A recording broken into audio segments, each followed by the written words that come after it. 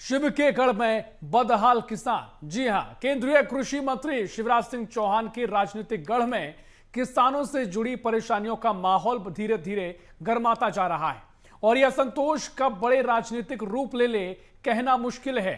विडंबना यह है कि जिस क्षेत्र ने किसान राजनीति को मजबूत आधार दिया, वहीं आज प्रशासनिक लापरवाही और सहकारी समितियों की मनमानी के चलते किसान अपनी ही उपज की तुलाई के लिए संघर्ष कर रहे हैं, जो अपने आप में अधिकारियों की कार्यशैली पर भी, सिस्टम पर भी तमाम सवाल खड़े कर रहे हैं। इसी पर देखिए हमारी ये खास रिपोर्ट। केंद्रीय कृषि मंत्री शिवराज सिंह चौहान के गढ़ में किसानों से जुड़ी समस्याओं की चिंगारी सुलग रही है और ये चिंगारी कब राजनीतिक विस्फोट में बदल जाए, कोई नहीं जानता। हैरानी की बात यह है कि जिस जमीन से किसान राजनीति की मजबूत नींव खड़ी हुई, वहीं प्रशासनिक अधिकारियों की गैर जिम्मेदाराना जवाबदेही और कोऑपरेटिव सोसाइटियों की मनमानी के चलते किसान अपनी फसल तुलाई के लिए जूझ रहा है। नतीजतन शिव के गढ़ में उनके अपने ही मोर्चा खोलने को मजबूर हैं। पूर्व विधायक कांग्रेस छोड़कर बीजेपी में शामिल हुए शशांक भार्गव ने किसानों और सभी दलों के जनप्रतिनिधियों को लेकर गुरुवार को कलेक्टर के सामने बड़ा प्रदर्शन और समस्याओं का पुलिंदा रखे जाने की तैयारी कर ली है। तमाम जगह खरीदी चालू होना चाहिए। जितने भी वेयर हाउस बने हैं उन सब पर सोसाइटी लगाकर तुरंत खरीदी चालू करें, नहीं तो इस साल किसान भाई का गेहूं नहीं तोल पाएगी सरकार। ऐसा हमारा अनुमान नहीं, ये हमारा दावा है। बड़े किसान और मध्यम किसानों के स्लॉट की बुकिंग चालू नहीं हुई। किसानों के साथ कलेक्टर साहब के पास जाकर उनसे सवाल पूछूंगा कि क्या कारण है कि गेहूं की खरीदी क्यों नहीं की जा रही। इस पहल ने विदिशा की राजनीति में हलचल तेज कर दी है। मामला बढ़ता देख शिवराज सिंह चौहान डैमेज कंट्रोल में जुट गए। दिल्ली से वीडियो कॉन्फ्रेंसिंग के जरिए किसानों से बात की, किसानों को भरोसा दिलाया कि दिल्ली में समस्याओं का हल निकाला जा रहा है। शमशाबाद से बीजेपी विधायक सूर्य प्रकाश मीना भी किसानों के समर्थन में सड़क पर उतरने की तैयारी में हैं। उनका कहना है, एक सप्ताह में अगर समस्याओं का हल नहीं निकाला गया तो आंदोलन खड़ा किया जाएगा। हमारे अध्यक्ष भारतीय किसान संघ के, इनके द्वारा पदाधिकारियों और किसानों के साथ आकर मुझे उपार्जन के संबंध में ज्ञापन दिया गया है। निश्चित रूप से जो वर्तमान व्यवस्था चल रही वो बहुत चिंतनीय है। हर वर्ष 20 अप्रैल तक लगभग तुलाई पूर्ण हो जाती थी, जबकि अभी ये प्रारंभिक अवस्था में है। मैं माननीय मुख्यमंत्री जी को दिया हुआ ज्ञापन और माननीय केंद्रीय कृषि मंत्री जी को दिया हुआ ज्ञापन, ये तीनों में अपने पत्र के साथ में जाकर व्यक्तिगत भेंट करके ये किसानों की जो उपार्जन से संबंधित, तौल संबंधी जो समस्या है उनके निराकरण के लिए बातचीत करूंगा। विदिशा जिले में अधिकारियों की लापरवाही के चलते व्यवस्था सिकुड़ रही है, लिहाजा खरीद घट रही है और किसानों की परेशानियां लगातार बढ़ती जा रही हैं। विदिशा में करीब 2,86,000 किसान रजिस्टर्ड हैं। 3,64,000 हेक्टेयर में बोनी पंजीकृत की गई। 87,000 से ज्यादा किसानों ने गेहूं उपार्जन के लिए पंजीयन कराया। इस साल अब तक सिर्फ 67,000 टन खरीदी की गई है। पिछले साल 3 लाख टन गेहूं खरीदा गया था। सोसाइटियों की संख्या 190 से घटकर 147 रह गई है। जिला सहकारी बैंक के एमडी विनय प्रकाश पर भी मनमानी के आरोप हैं। स्थानीय विधायक मुकेश टंडन की चुप्पी आग में घी का काम कर रही है। जमीनी नाराजगी के बीच उनका मौन रहना एक राजनीतिक संकेत माना जा रहा है। विडंबना ये भी है कि शिवराज सिंह चौहान हाल ही में रायसेन में उन्नत कृषि महोत्सव का जश्न मना चुके हैं, लेकिन उनके ही प्रभाव वाले जिले में किसान समस्याओं से जूझ रहे हैं। सवाल ये है, क्या ये प्रशासनिक लापरवाही है या फिर सिस्टम की नाकामी? क्या ये सिर्फ तुलाई का मुद्दा है या किसान असंतोष का बड़ा विस्फोट होने वाला है? Bureau report, BSTV। तो देखिए, किसानों में जमकर संतोष है। किसान बिल्कुल खुश नहीं हैं, लगातार अपनी आवाज सिस्टम के विरोध में बुलंद कर रहे हैं। तमाम परेशानियों का सामना किसानों को करना पड़ रहा है और इसी पर हम और भी चर्चा करेंगे। हमारे साथ अजय जैन जुड़ गए हैं, जो कि वरिष्ठ पत्रकार हैं। अजय जैन साहब, बहुत स्वागत है आपका BSTV में। और जिस तरीके से लगातार किसानों की परेशानियां देखने को मिल रही हैं और खासकर कृषि मंत्री इस क्षेत्र से आते हैं, देश के कृषि मंत्री शिवराज सिंह चौहान का गढ़ कहा जाता है, और यहां पर जो प्रशासनिक लापरवाहियां नजर आ रही हैं, अव्यवस्था नजर आ रही है, इसे लेकर क्या कुछ आप कहेंगे? नमस्कार। मेरा ये मानना है कि विदिशा में जो है आज की स्थिति में देखो सर्वाधिक परेशान है वो किसान हैं। किसानों को लेकर तमाम तरह के सरकार दावे करती है, कृषि कल्याण वर्ष मना रही है। इसके बावजूद जो है आज जमीनी धरातल पर देखा जाए तो सबसे ज्यादा जो है किसान वर्ग ही परेशान है। 9 तारीख से विदिशा जिले में खरीदी शुरू हुई, आज 22 तारीख है और आज तक जो है सिर्फ 20% किसानों से खरीदी हो पाई है और मात्र 14% गेहूं जो है वो किसानों का खरीदा जा चुका है। जैसे आज शमशाबाद विधायक सूर्य प्रकाश मीणा ने कहा कि 20 अप्रैल तक पिछले वर्षों में जो है गेहूं की खरीदी पूर्ण हो जाती थी और आज अंदाजा इसी बात से लगाया जा सकता है कि अब तक सिर्फ जो है 14% गेहूं खरीदा गया है। अब किसान इस बात को लेकर चिंतित है, खासकर बड़े वर्ग के किसान, कि क्या हमारा गेहूं जो है खरीदा जाएगा या नहीं खरीदा जाएगा। बहुत सारे किसान ऐसे हैं जिनके पास में जो है गेहूं रखने के लिए जगह नहीं है।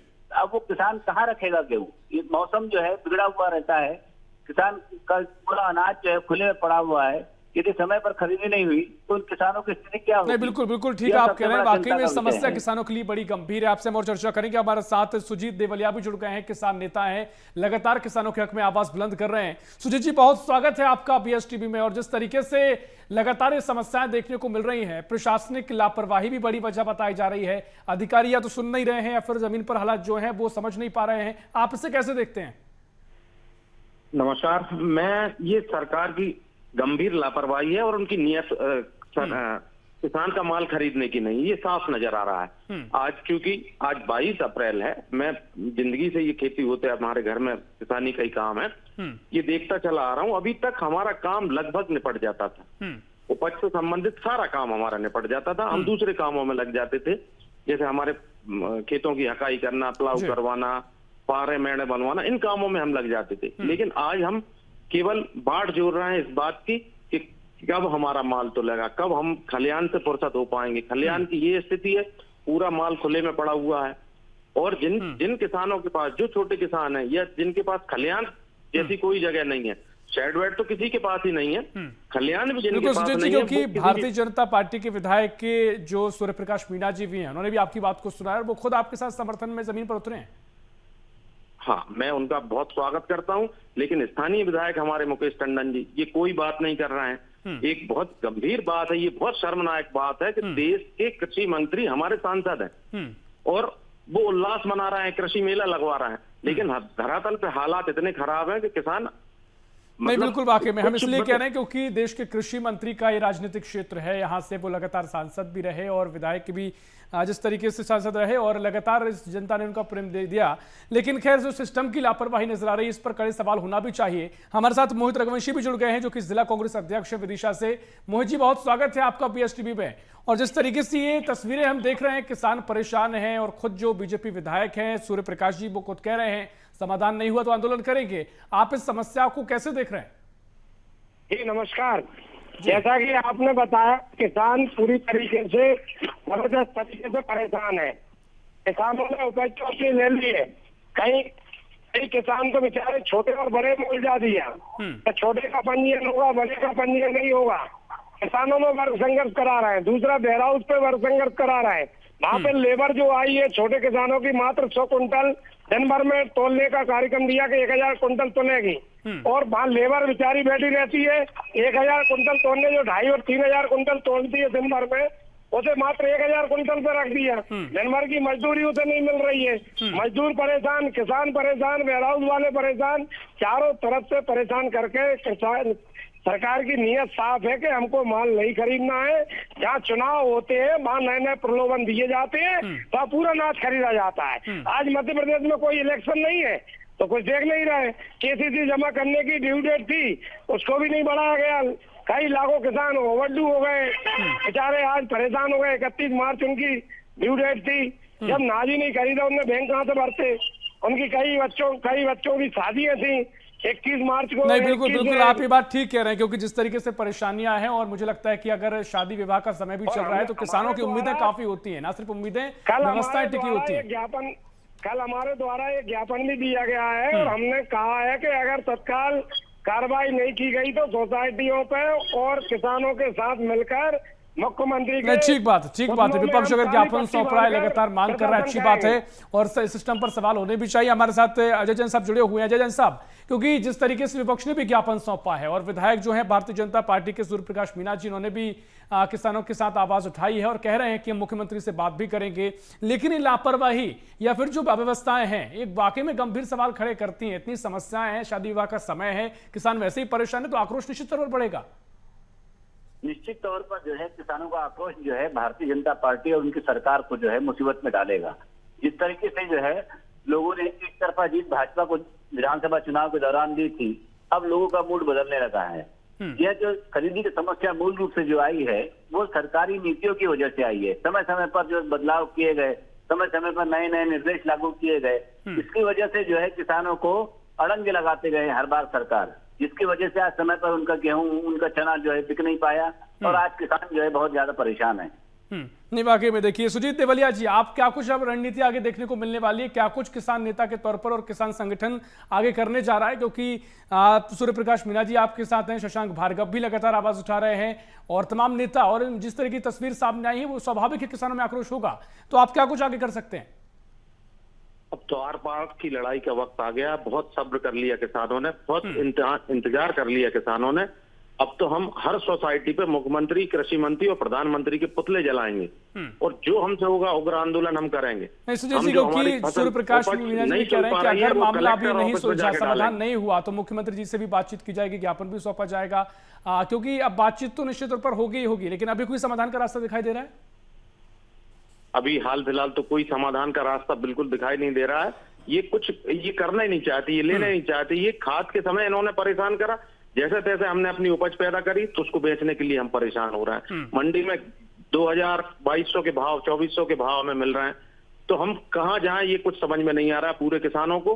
और अब तो एकता की लड़ाई लड़ने के बाद हम पूरे आर पार की लड़ाई शासन के साथ लड़ेंगे। नहीं, बिल्कुल देखिए तमाम आपको नेताओं का भी समर्थन मिल ही रहा है। और मोहित रघुवंशी जी, क्या कुछ आप कहना चाहेंगे? क्योंकि विपक्ष ने भी आपने ज्ञापन सौंपा है, लेकिन ये समस्या सिस्टम के खिलाफ भी एक बुलंद आवाज है। जो अधिकारी लगातार लापरवाही कर रहे हैं, गंभीर लापरवाही है, क्योंकि किसानों, जैसा कि आपने जिक्र किया कि शादी विवाह का समय है, इस समय ऐसी चीजें करना किसानों पर दोहरी मार है।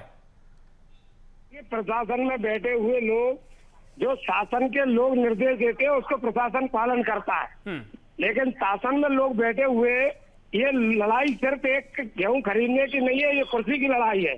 शिवराज सिंह चौहान कृषि मंत्री हैं, उन्होंने मध्य प्रदेश के लिए एमएसपी पे गेहूं खरीदने के कितना मापदंड रखा है। पहली मूल बात है कि उन्होंने कितना कोटा दिया है। लड़ाई तो यहाँ से शुरू हुई है। बारदाने का जो ठेका था शिवराज सिंह जी के 20 साल के कार्यकाल में किसके पास था? मोहन यादव जी ने वो ठेका हटाया और इसके बाद में ये लड़ाई मोहन यादव शिवराज सिंह की है और इसमें किसान पिस ठीक है, देखिए आपके अपने तर्क हैं यहाँ पर बोध रघुवंशी जी, लेकिन महत्वपूर्ण बात यह है कि किसान की जो परेशानी लगातार हो रही है, वो परेशानी ये बिल्कुल मुझे लगता है कि ठीक नहीं है। स्थिति और आगे जाकर बिगड़ सकती है, किसान आके और ज्यादा आक्रोशित हो सकता है। जल्दी समाधान की बहुत आवश्यकता दिखाई दे रही है। आप भी लगातार आवाज उठा रहे हैं, आपका बहुत स्वागत है। कर समय इतना ही है। बहुत शुक्रिया मोहित जी आपका, बहुत शुक्रिया अजय जी आपका, बहुत शुक्रिया आपको सुजीत जी चर्चा में शामिल होने के लिए।